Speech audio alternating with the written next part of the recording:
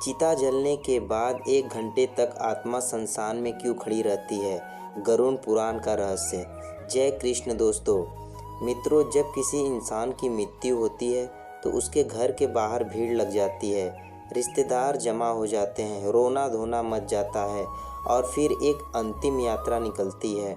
शमशान घाट की तरफ राम नाम सत्य के नारे लगते हैं और उस शरीर को जिसे कल तक मखमल के गद्दों पर नींद नहीं आती थी, उसे लकड़ियों के ढेर पर लिटा दिया जाता है, आग लगा दी जाती है और जब वह शरीर धू धू करके जलने लगता है तो धीरे धीरे सारे रिश्तेदार, सारे दोस्त और परिवार वाले वहाँ से जाने लगते हैं। वो पीछे मुड़कर भी नहीं देखते, यह सोचकर कि अब सब खत्म हो गया। लेकिन क्या सच में सब खत्म हो गया? यहीं से शुरू होता है वह भयानक और रोंगटे खड़े कर देने वाला सच, जिसके बारे में गरुड़ पुराण के प्रेत खंड में विस्तार से लिखा गया है। जब शमशान में आखिरी आदमी भी चला जाता है तब चिता की आग बुझने लगती है और सिर्फ गर्म राख और सन्नाटा बचता है। तब वहाँ एक शख्स खड़ा रह जाता है। वो कोई इंसान नहीं होता, वह उसी मृतक की आत्मा होती है जो अपनी ही राख के पास खड़ी होकर उस मंजर को देख रही होती है।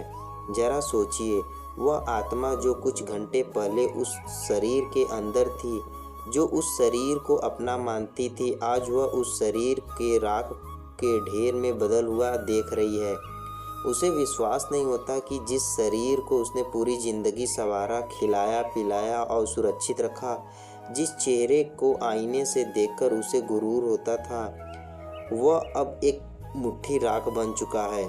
गरुड़ पुराण कहता है कि दाह संस्कार के ठीक बाद 1 घंटे आत्मा के लिए सबसे ज़्यादा कष्टदायी, डरावना और भारी होता है।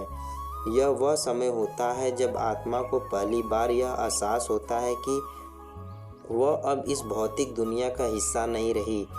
इस 1 घंटे में शमशान की उस भयानक खामोशी में आत्मा के साथ क्या क्या घटता है, उसे क्या दिखाई देता है और वह वहाँ से तुरंत यमलोक क्यों नहीं जाती, आज हम इसी गहरे सदस्य से पर्दा उठाएंगे। यह वीडियो कमज़ोर दिल वालों के लिए नहीं है, क्योंकि इसमें मौत के बाद का वो नंगा ना सच है जिसे सुनने के लिए कलेजा चाहिए। सबसे पहले हमें उस स्थिति को समझना होगा जब शरीर जल रहा होता है। शास्त्रों के अनुसार जब तक शरीर पूरी तरह नहीं जल जाता तब तक आत्मा का एक मोह रहता है। उसे लगता है कि शायद मैं वापस इस शरीर में प्रवेश कर सकूं, शायद मैं फिर से जिंदा हो सकूं। वह बार बार उस जलते हुए शरीर के पास जाती है, जिसके चारों तरफ चक्कर लगाती है, लेकिन आग की तपन और यमदूतों का अदृश्य पास उसे शरीर में घुसने नहीं देता। वह देखती है कि कैसे उसकी त्वचा जल रही है, कैसे उसकी हड्डियां चटक रही हैं। यह दृश्य उसके लिए किसी प्रलय से कम नहीं होता। और फिर आता है वह दर्दनाक पल जिसे कपाल क्रिया कहते हैं, जब घर का कोई सदस्य या बेटा बांस के डंडे से जलते हुए शव के सिर पर प्रहार करता है और सिर को फोड़ देता है। यह दृश्य देखने में कितना भयानक होता है, आत्मा के लिए उससे कहीं ज़्यादा पीड़ादायक है। गरुड़ पुराण कहता है कि जैसे ही कपाल फटता है, एक जोरदार धमाका होता है जो सिर्फ आत्मा को सुनाई देता है। यह वह पल है जब आत्मा का उस शरीर से आखिरी बंधन टूट जाता है। उसे समझ आता है कि अब वापसी का कोई रास्ता नहीं बचा, यह दरवाज़ा हमेशा के लिए बंद हो चुका है। लेकिन असली कहानी तो इसके बाद शुरू होती है, जब कपाल क्रिया हो जाती है और शरीर जलकर राख हो जाता है। तब नियम के अनुसार घर वाले और रिश्तेदार वहाँ से लौटने लगते हैं। शास्त्रों में तख्त नियम है कि शमशान से लौटते वक्त पीछे मुड़कर नहीं देखना चाहिए। क्या आपने कभी सोचा है कि ऐसा क्यों कहा जाता है? इसके पीछे एक बहुत बड़ा और डरावना कारण है। जब परिवार वाले वहाँ से जाने लगते हैं तो आत्मा घबरा जाती है। उसे लगता है कि यह लोग मुझे इस सुनसान और डरावनी जगह पर अकेला छोड़कर कहाँ जा रहे हैं। वह चिल्लाती है, आवाज़ देती है कि रुको, मुझे भी साथ ले चलो, मैं यहाँ अकेले नहीं रह सकता। मुझे डर लग रहा है। लेकिन उसकी आवाज़ किसी को सुनाई नहीं देती, क्योंकि अब वह आवाज़ हवा में गूंजने वाली ध्वनि नहीं बल्कि एक कंपन है। वह आत्मा दौड़ती है, अपने बेटे को पकड़ने की कोशिश करती है, अपनी पत्नी या पति को आवाज़ देती है, उनके कपड़ों को पकड़ने की कोशिश करती है, लेकिन उसका हाथ उसके शरीर के आर पार निकल जाता है। वो किसी को छू नहीं सकती, किसी को रोक नहीं सकती। और जब वह देखती है कि उसके अपने ही लोग, जिनके लिए उसने पूरी ज़िंदगी पाप किए, झूठ बोला, बेईमानी की, रात दिन एक करके पैसा कमाया, वो आज उसे एक अनजान जगह पर राख के ढेर के पास अकेला छोड़कर जा रहे हैं, तब उसे जीवन का सबसे बड़ा धोखा महसूस होता है। उसे समझ आता है कि दुनिया का कोई भी रिश्ता आखिर तक साथ नहीं देता, सब मतलब के साथी थे। जैसे ही शरीर ने साथ छोड़ा, सब ने मुंह मोड़ लिया। अब सवाल आता है कि आत्मा उस शमशान में 1 घंटे तक क्यों रुकती है? वह तुरंत उनके पीछे क्यों नहीं जाती? गरुड़ पुराण के अनुसार शमशान भूमि भगवान शिव का निवास स्थान मानी जाती है, लेकिन यह अतिप्त आत्माओं, भूत और पिशाचों का गढ़ भी है। जब कोई ताज़ा मृत्यु होती है तो उस आत्मा के चारों तरफ एक सुरक्षा कवच होता है, जो उसे कुछ समय के लिए शमशान की नकारात्मक शक्तियों से बचाता है। लेकिन जैसे जैसे समय बीतता है, वह कवच कमज़ोर पड़ने लगता है। उस 1 घंटे के दौरान आत्मा को शमशान में मौजूद दूसरी भटकती हुई रूहें दिखाई देने लगती हैं। उसे अजीब अजीब सी डरावनी आवाज़ें सुनाई देती हैं। वो देखती है कि वहाँ कई ऐसी आत्माएं हैं जो सैकड़ों सालों से मुक्ति के लिए तरस रही हैं, जो भूख और प्यास से तड़प रही हैं, जिनका शरीर विकृत हो चुका है। कुछ आत्माएं हवा में तैर रही होती हैं, तो कुछ ज़मीन पर रेंग रही होती हैं। वह नई आत्मा को देखकर उसकी तरफ लपकती हैं, उसे डराने की कोशिश करती हैं। यह दृश्य देखकर वह नई आत्मा डर के मारे कांपने लगती है।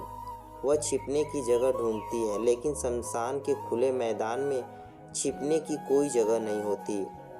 उसे अपनी गलतियों का, अपने पापों का पछतावा होने लगता है। वह सोचती है कि काश मैंने जीवन में कुछ पुण्य किया होता, काश मैंने भगवान का नाम लिया होता, तो आज मुझे यह दिन नहीं देखना पड़ता। गरुड़ पुराण कहता है कि उस 1 घंटे में आत्मा को यमदूत तुरंत नहीं पकड़ते, वह उसे छोड़ देते हैं ताकि वह अपनी आंखों से देख सके कि जिस शरीर और जिस संसार पर उसे इतना घमंड था, उसकी असली औकात क्या है। यह शमशान वैराग्य का क्षण होता है, आत्मा को यह एहसास दिलाने के लिए कि तूने क्या खोया और क्या पाया है। उसे वहाँ रुकना पड़ता है। उस समय आत्मा को एक बहुत ही विचित्र अनुभव होता है। उसे समय का ज्ञान नहीं रहता। जो हमारे लिए 1 घंटा है, वह उस आत्मा के लिए कई दिनों के बराबर लगता है। उस अकेलेपन में, उस सन्नाटे में उसे अपने जीवन का रील दिखाई देने लगती है। गरुड़ पुराण इसे जीवन समीक्षा या लाइफ रिव्यू कहता है। बचपन से लेकर जवानी तक और जवानी से लेकर बुढ़ापे तक उसने जो भी कर्म किए, चाहे वह बंद कमरे में किए हो या सबके सामने, सब कुछ उसकी आंखों के सामने तैरने लगता है। उसने किस किस का दिल दुखाया, किस किस का हक मारा, किस किस को धोखा दिया, वह सब उसे याद आने लगता है। और सबसे बड़ी बात, उसे यह भी दिखाई देता है कि उसके उन कर्मों का दूसरों पर क्या असर पड़ा। अगर उसने किसी गरीब की मजदूरी मारी थी, तो उसे उस गरीब के बच्चे भूख से रोते हुए दिखाई देते हैं। अगर उसने किसी जानवर को पत्थर मारा था, तो उसे उस जानवर का दर्द महसूस होता है। यह मानसिक पीड़ा शारीरिक पीड़ा से कई गुना ज़्यादा होता है। आत्मा चीखती है, रोती है, लेकिन वहाँ उसके आंसू पोंछने वाला कोई नहीं होता। वहाँ सिर्फ हवा की सुनसुनाहट होती है और दूर कहीं कुत्ते के रोने की आवाज़। यह वह समय है जब इंसान को अपनी असलियत का पता चलता है। उसे समझ आता है कि जिन पद प्रतिष्ठा और पैसों का उसे इतना घमंड था, वो सब तो इस शमशान के गेट के बाहर ही छूट गया। अंदर तो सिर्फ वह और उसके कर्म ही आए हैं। शमशान की उस भूमि पर खड़े होकर आत्मा देखती है कि उसके शरीर की राख अब ठंडी हो रही है। वो उस राख को छूने की कोशिश करती है। उसे याद आता है कि इसी शरीर पर वह महंगे कपड़े पहनती थी, इसे इत्र से महकाती थी, लेकिन आज यह राख हवा में उड़ रही है और कोई इसे समेटने वाला भी नहीं है। यह शून्यता उसे तोड़ देती है, लेकिन कहानी यहीं खत्म नहीं होती। जब वह 1 घंटा बीत जाता है और परिवार वाले घर की तरफ काफ़ी आगे निकल चुके होते हैं, तब आत्मा का मुंह फिर से जागता है। वह डरती है, घबराती है और भागते हुए अपने परिवार के पीछे जाती है। वह देखती है कि उसके बेटे और भाई बातें करते हुए जा रहे हैं। वह उनकी बातें सुनने की कोशिश करती है। कई बार उसे यह सुनकर धक्का लगता है कि वे लोग उसके जाने का दुख मनाने के बजाय उसके बैंक खाते और जायदाद की बातें कर रहे हैं। वे चर्चा कर रहे होते हैं कि अब दुकान कौन संभालेगा, मकान का बंटवारा कैसे होगा। यह सुनकर आत्मा को कैसा लगता है, जैसे किसी ने खंजर घोंप दिया हो। वह चिल्लाती है, अरे मूर्खों, मैं अभी गया भी नहीं और तुम लोगों ने बंटवारा शुरू कर दिया। लेकिन उसकी आवाज़ उन तक नहीं पहुंचती। इसलिए कहा जाता है कि घर में प्रवेश करने से पहले लोहे को छूना चाहिए, आग को छूना चाहिए या नीम की पत्ती चबानी चाहिए। यह इसलिए किया जाता है ताकि अगर वह आत्मा मोहवश आपके पीछे पीछे घर तक आ गई तो वह घर के अंदर प्रवेश न कर सके।